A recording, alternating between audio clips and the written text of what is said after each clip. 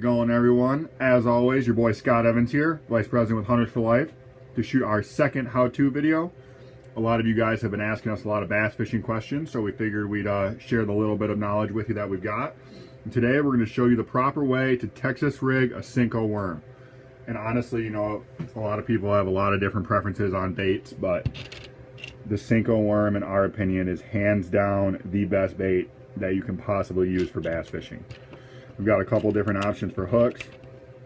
Got one with a little bit of curve to it, and honestly, over the straight shank hook, we prefer the one with the curve because it seems to have a little bit better hookup ratio. But you know, whatever you've got, they both get the job done.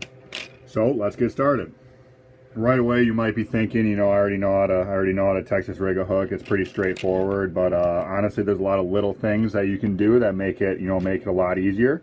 So first off, what you're going to want to do is you're going to want to thread the hook just barely through the top of the worm, like so. And you can put it through too far to where it doesn't sit right, but you're going to push it up onto the arch of the hook up here so that it holds up there, like so.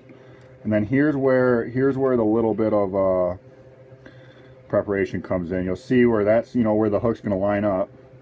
So you're going to put your finger right there, mark the spot, push the worm down, bend it through,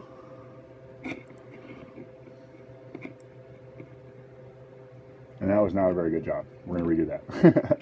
It's hard to do through the camera. All right, so we're going to line up. The hook needs to go through right there.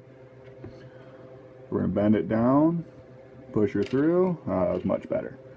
Now here's where the little extra technique really comes in handy. And this is called the skin hook.